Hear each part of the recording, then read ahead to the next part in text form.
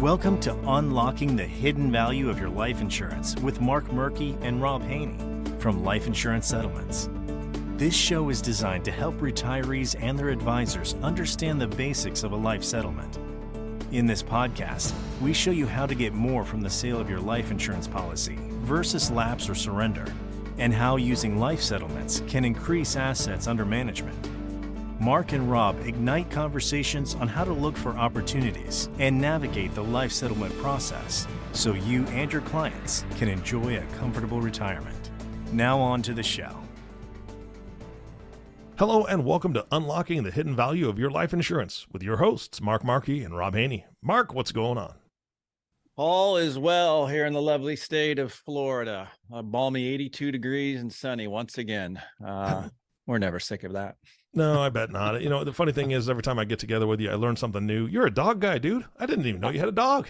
We have our mascot here with us. Bodie's down on the floor with me. He's my small little Rottweiler that I bring into the office on a pretty regular basis and scare everybody. Yeah, he looks lap-sized. He's a lap dog, I see. So, he's a lap dog, absolutely. For sure.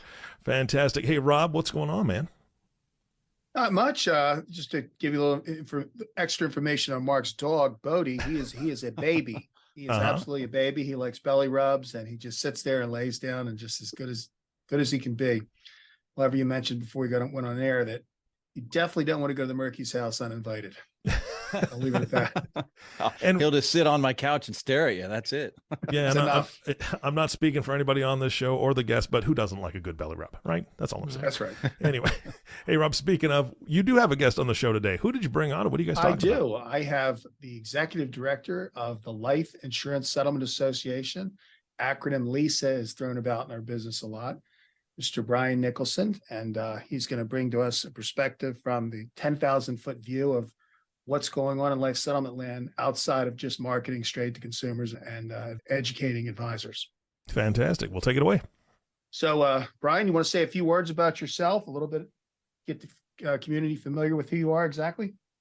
Yeah, Rob, Mark, thanks a lot. Absolute pleasure to be with you today. My name is Bryan Nicholson. As Rob noted, I'm the executive director of the Life Insurance Settlement Association. LISA is a client organization of my firm. So we manage trade associations, generally speaking.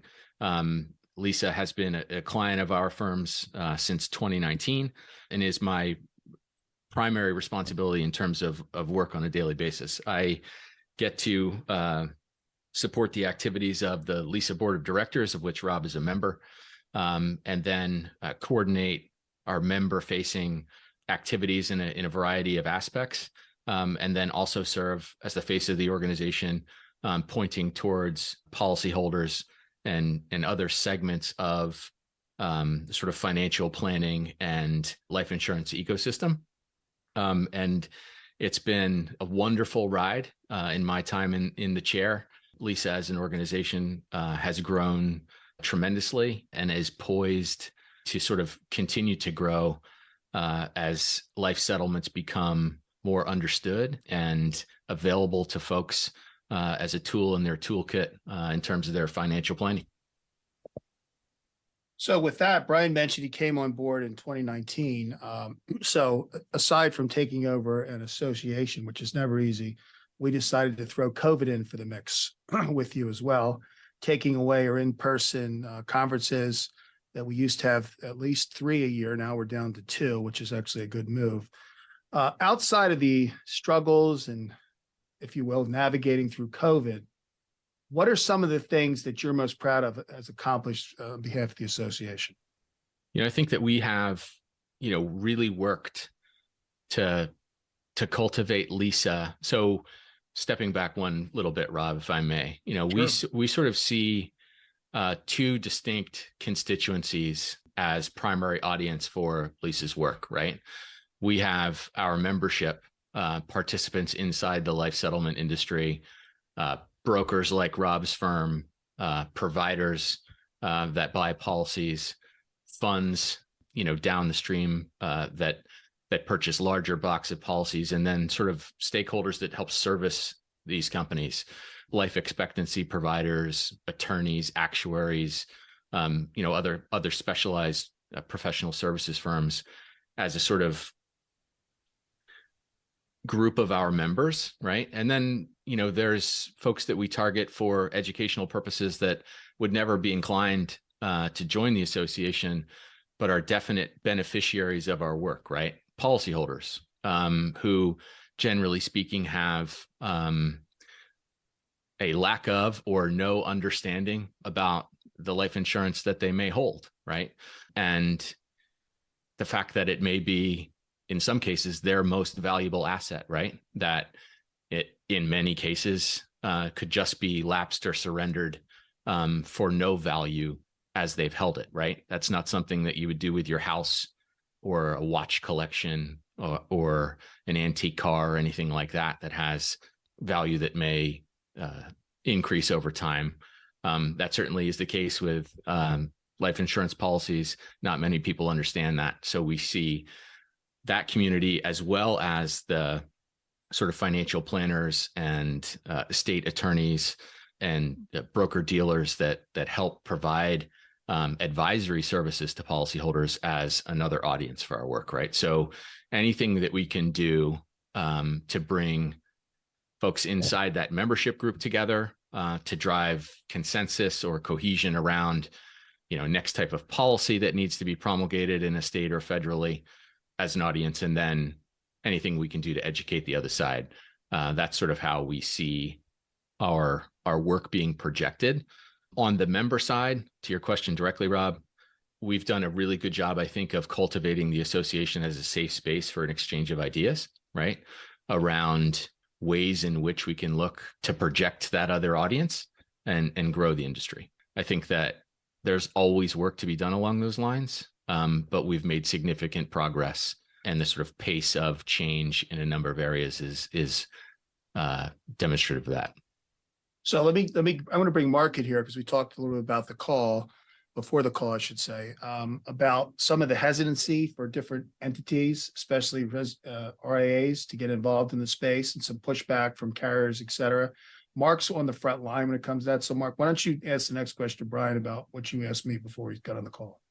Yeah, and I appreciate your time here today with us, Bryan. And one of the things that I got off a call this morning. It was from a broker dealer, registered advisory firm, and wanted to know more about our industry. And this particular gentleman, boy, I've been in touch with him for a long time. So Bryan, if I'm that type of person or company, broker dealer, RIA, your site, Lisa, www.lisa.org, is going to be a great site for that type of individual, whether you're a consumer or, the president of a broker dealer, to come to and educate themselves on really the A to Z of life settlements. Would you agree with that? The regulatory education, I won't say do's and don'ts, it doesn't make sense, but just the overall perception of our industry. Would you say Lisa's a good site to go and visit and educate yourself? Yeah, absolutely. It's a great gateway, Mark, right? And, the primary purpose of that tool as a consumer-facing entity is to do exactly what you've just described, right? This is a case-by-case kind of thing, right? Policyholders come at this for a variety of different reasons, with a variety of expectations. And the individual life settlement transaction for one person that's perceived as beneficial might not be for another, right? So we want to provide a variety of tools that provide the jumping off point to learn more about this. In some cases, it could be as simple as finding a member, right? And others, it could be, learning more about the intricacies of, say, state regulation, right? And there's a whole lot of stuff in between. Perfect. Because that was the question that was posed to me. And if I'm whether I'm a vice president, a president, or the compliance officer at a broker dealer or an RIA or a carrier, whoever it is, instead of calling a firm like mine, where obviously I want to pitch you on my firm, or that person calling a provider and that provider pitching them on using them, Lisa's going to be a great resource for an RIA, for a broker dealer, for anyone to come to and get really impartial third-party advice and education on our industry. You'd agree with that? Absolutely. And, actually an example of work product that we've brought members together around to build through the COVID process, as Rob described, was, just an infographic about what a life settlement transaction looks like, right? That's available at lisa.org now. A great place for people to learn a little bit more about the specific parts of what happens within a life settlement transaction, and then certainly learn more from there. Yeah, good answer there. I'll add, Mark. I'm gonna jump in and let you finish real quick. The other thing we did that was Bryan did, I'm going to give him a lot of the credit for this, was we forced our association to come together, at least from the provider community, to give 4 data points to come up with a data study that was released. This will be a good segue into next month, into our annual investor conference. And it looks like we'll be able to do it again, and really showing consumers and advisors and whoever else asks for data. What kind of data do you have in the industry? And we were able to conclude last year that if you surrendered your policy, or you got obviously whatever you got, if you lapsed it, you got 0. And if you sold it, you got 7.8 times more than surrender. That is an eye-opening statistic. It has been used, I think, Bryan, I figured out over 1,000 times across the board throughout the universe of the web, in literature, in articles, et cetera, that number. And we're going to do it again. And that just brings legitimacy to the process. Yeah. And the most outstanding part about that for us is at least as it's been conveyed to us, is that this concept of internal to the industry, Lisa-led data collection has been a topic of discussion for about a dozen years. Easy.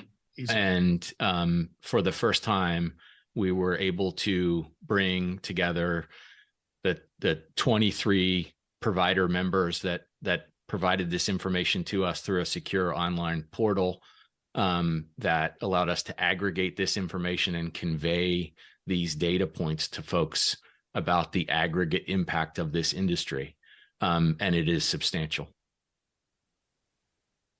Bryan, I don't know if you'll have an answer, but I have a question. Since we're talking about broker dealers and RIAs, I think one of the challenges that I see on a daily basis, weekly basis, monthly basis, is there are still broker dealers, wealth management firms, RIAs, whatever you want to say, out there that they don't allow their advisors to take part in a life settlement for various reasons. And I think I know the reason, but it's lack of education. There's the answer. But Bryan, what would you say? Why do you think there's still such a large community of wealth management firms, carriers, whatever it may be, that still, they don't exactly allow their advisor to even mention the life settlement to their clients? Why do you think that is? Yeah, I mean, this is something that as we were, coming on board and learning about the space, that we heard and kind of didn't really make sense to us, right? Because if, we're talking about fiduciary duty in some cases with these folks, and, it is their obligation to convey the options available, right?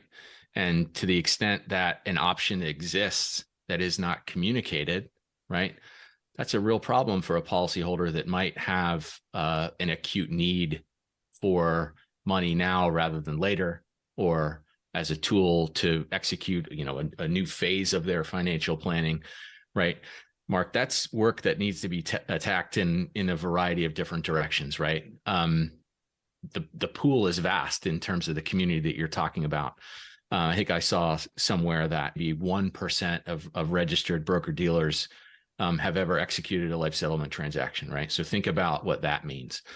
If we can sort of very thoughtfully look to incrementally grow that number over time, right, the size of the life settlement industry will increase, right? And, the numbers that we report on an annual basis will certainly increase. And, the quality of life in some instances and the ability to sufficiently plan in almost every instance will improve for these folks that held these policies. And that's kind of one of those things, Mark, that'll never be done, right? But we have a tremendous opportunity to educate folks inside that segment of the financial planning space that'll have a huge impact on policyholders. And so your answer would be, is it lack of education? Because if I'm a compliance officer of a VP or one of these companies and someone says life settlements and I say no, are you saying no just because you aren't fully educated? Would that be the answer? I think that's the case in some instances, Mark. And then, we've heard through members and other, segments of the industry, there are life carriers that prohibit their agents from talking about this, right? Which is wild to think about, right?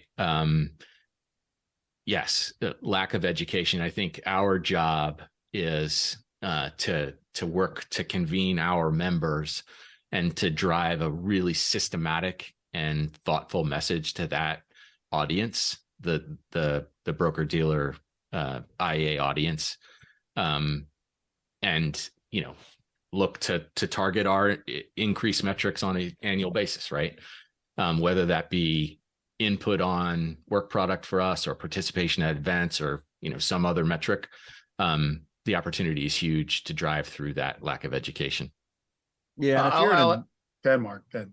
I was going to say, and I'll finish this up. If you're an advisor or a consumer, even you're listening to this and you ask your advisor, hey, I want to look into a life settlement. And you're hearing, well, I can't tell you about that. I'm not allowed to, or I don't know anything about that.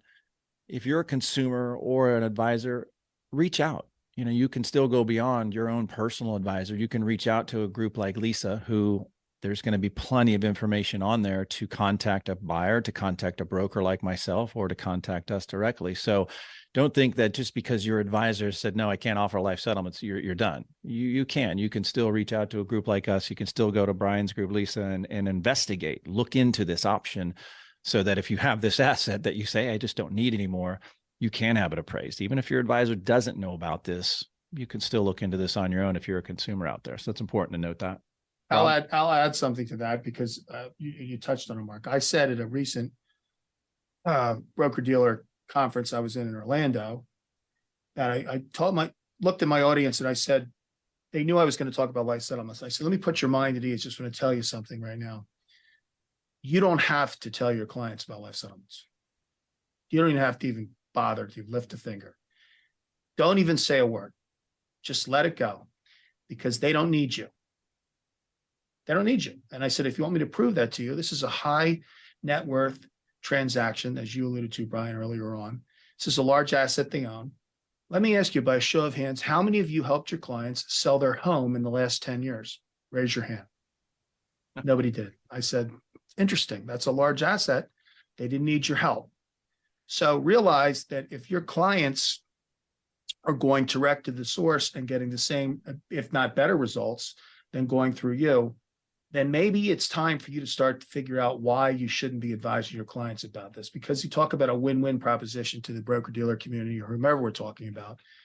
The client usually is very, very happy. Mark has some amazing results in recent case studies of how much money the client actually got. If it were to go through the advisor, more than likely the advisor is turning around and issuing them another product that he or she is selling them, which produces another commission. So the client is going from getting 2 commissions to 0 when they let the TV advertisements that are flooding the market as we speak about this opportunity for clients to go directly to the consumer. I once in another event I was at, I said, I get listed the top 10 reasons not to explore a life settlement. And I shot up 1 through 10 and they were all blank. I said, there isn't one. I said, you should absolutely put this into a folder that you called Mark Mrky. You called one of the providers on Lisa's website and they told you it's declined. You've done your job. Put that in the file and tell your client there's no offer for your policy at this point in time, but you've done your job. Fiduciary duty is a word I see all the time on advertisements, all the time that we're looking out for you. If you know about a life settlement and don't tell anybody, you're absolutely not honoring their fiduciary duty. If you don't know about a life settlement your client's asking you and you pretend you don't, or you really don't, it's still not okay. It's well past time to quit the charade of, oh, I don't know what it is, or we're not aware, or it sounds spooky. When you're doing your CE, which I assume everyone's doing, there's at least 4 questions on everybody's CE examination about life settlements every year. When you got your insurance license, there was a test question about it. So it's not in the dark anymore. It's coming to the light, and echoing what you said, Bryan, the reason that we, Life Insurance Settlements, is a part of Lisa, is we believe we're all on the same team when it comes to our industry. We are all collectively working together to grow our audience. And we think the larger the opportunity for others, or if you will, the rising tide will lift all the boats. And I think that's been a valuable exercise for us. That's why we've been so active in LISA, and will continue to be, because it's very, very important. And the last thing I'll say, then I will shut up, is that it is absolutely brings legitimacy to people. When they say that we're a member of LISA, all of a sudden, what's that? And when someone is, I'm competing against somebody who's not a member of LISA, they don't stand a chance. They literally don't. Because the question is, why aren't you a member of LISA? And it's just like, what's the best reason for not doing a settlement? There is none. There's not a good reason. This is an investment you make on behalf of your company to grow the industry. So that's why it's important. And thank you, Bryan, for all your work. No, I mean, I'll turn that right around and say thank you, Rob. LIS has been engaged as a member of a relatively new classification of membership that we instituted as we were coming on. That group of folks sits as part of a group that actively monitors regulation of this particular industry. Through the thoughtful work of my predecessors inside of the organization, right, we've actually sort of leaned towards regulation as another tool to legitimize, right? And we've heard folks say that, a life settlement transaction might be perhaps the most transparent financial transaction that you can execute today, right? To think about that in comparison to the lack of understanding relative to this as an option is just kind of mind-boggling. Correct. Yeah, and I'll leave off, and I think you hit it nail on the head, Rob. This is a fiduciary obligation. Whether you're an insurance advisor, an estate planner, a CPA, an RIA, it doesn't matter, a representative from a broker dealer, this is a fiduciary obligation that you owe to your client. And if you're not giving this option to your client, well, guess what? Your client's going to find out on their own possibly and skip you altogether. Or guess what? Another advisor is going to make this option available to your client. And I brought up a case summary a couple episodes ago where we had a $10 million term policy put in front of us. Now, we can look at smaller policies, but we had a $10 million term policy. The client was walking away, done, had it. It had served its purpose. Long story short, we gave this client $500,000. This particular advisor, insurance wasn't his cup of tea. He had just heard about life settlements through his brokerage general agency director, something like that, I believe. And they reached out to me. Long story short, we give this client $500,000. That advisor sat down with the client and wrote him an annuity, which that's what the advisor's specialty was. He was an equities guy, annuities, this, that, and the other. So you have to bring this into the fold. It's your fiduciary obligation. If you're not mentioning it, either the client's going to find out themselves or another advisor is going to mention it to your client. And it gives you the opportunity to look like a hero in front of your client. And it's probably one of the most comprehensive views of why a client should sell his policy, or even perhaps not when you do a life settlement valuation. And again, we've mentioned it, you don't have to be a life insurance expert. You just have to be the one that brings the idea to your client who said to you, I don't think I need this policy anymore. It's served its purpose. I can't afford it, whatever it is. You've got to be the one that brings this up. Let me add something, because we talked about COVID in the beginning. So during COVID, there was a lot of chatter early on about what was called a new practice on behalf of some certain carriers called enhanced cash surrender value. We touched on this in the last episode. We're going to touch on it again. Again, Bryan, I'm going to compliment you. Bryan was able to cobble together a group of us that worked exclusively on this project, led by Nat Chapo, who worked on behalf of LISA across the country. And without me giving the stats, Bryan, why don't you just give us a little synopsis of what exactly happened from LISA's standpoint? What do we do, and what's happened as a result of it? Yeah, no. So, Rob, this is something that the organization is still working to execute against, as we speak, right? It's an active and ongoing issue, right? And I pointed to regulation earlier. For Mark or Rob to do business and conduct settlement transactions in states, they need to hold licenses, right? As brokers or providers. I think the number now is 43 states, right? There are a handful of states that don't require licenses.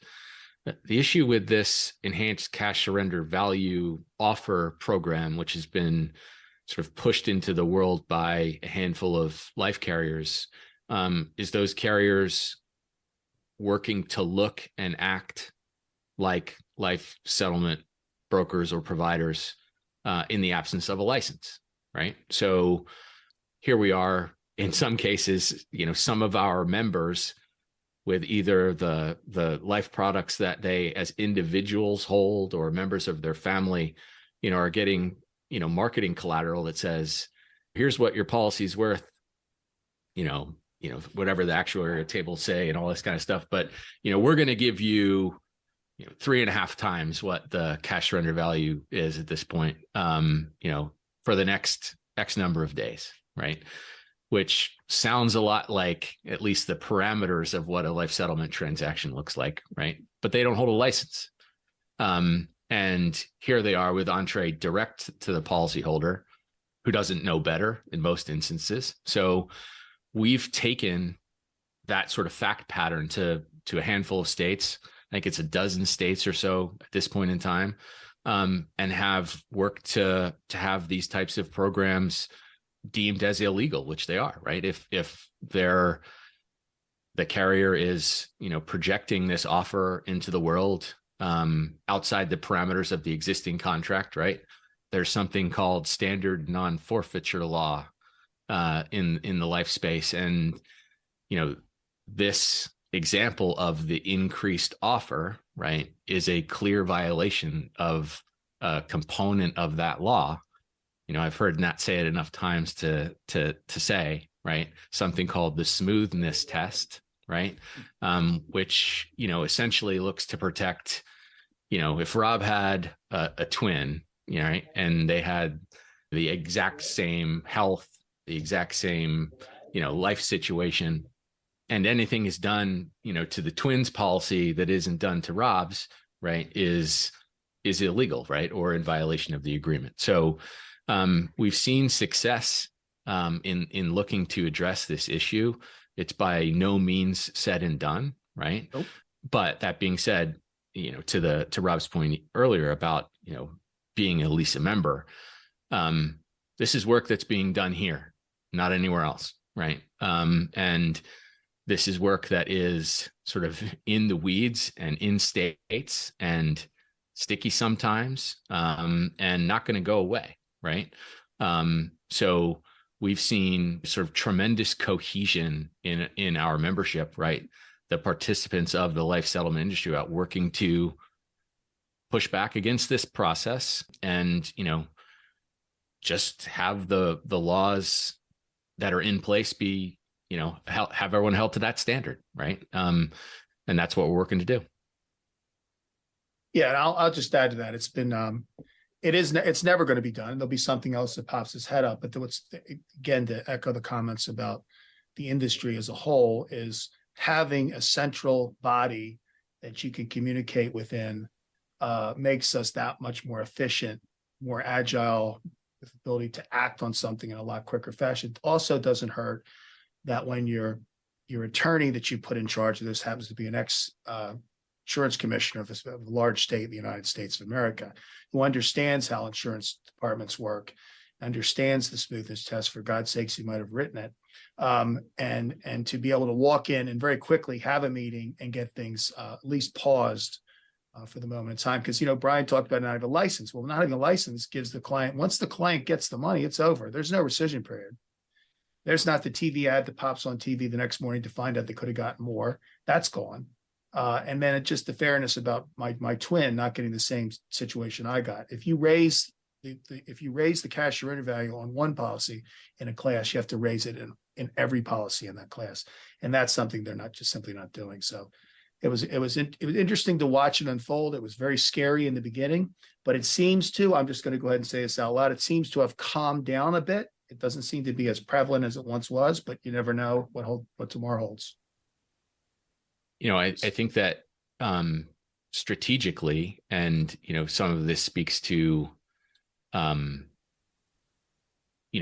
someone with Nat's capacity engaged on this, right? But there are stakeholder groups within the life carrier world, right, that have some significant sway over how state laws are interpreted and changed, right?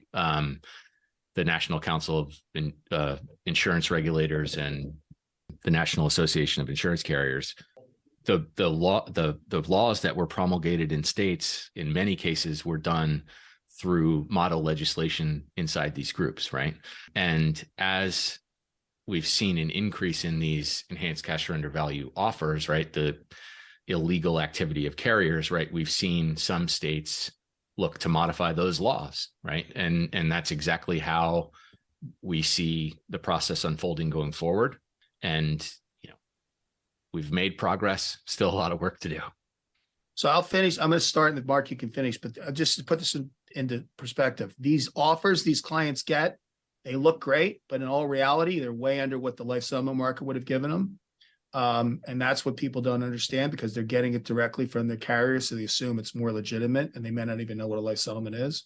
But in many, many cases, the offer that they got was far less than what it got had they gone to the market. So Mark, Ed, wrap us up here.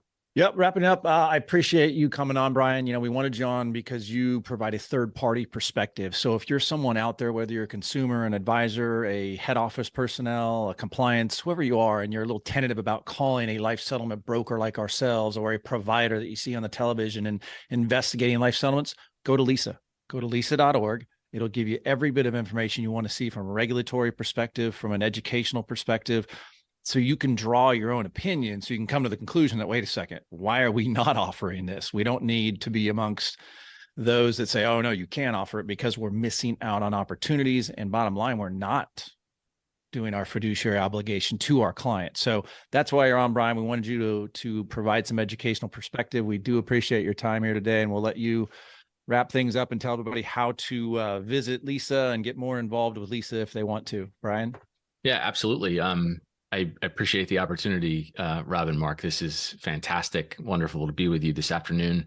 A couple different ways, right? As you noted, the information that we've been talking about today, at least in large parts, is available through our website at www.lisa.org. And I'll just say, if you are in follow-up to listening this today, a participant inside that registered advisor or planner category, or interested in learning more about the sort of downstream investor related components of our space, we'll be holding our institutional investor conference in New York City on Monday, May the 1st.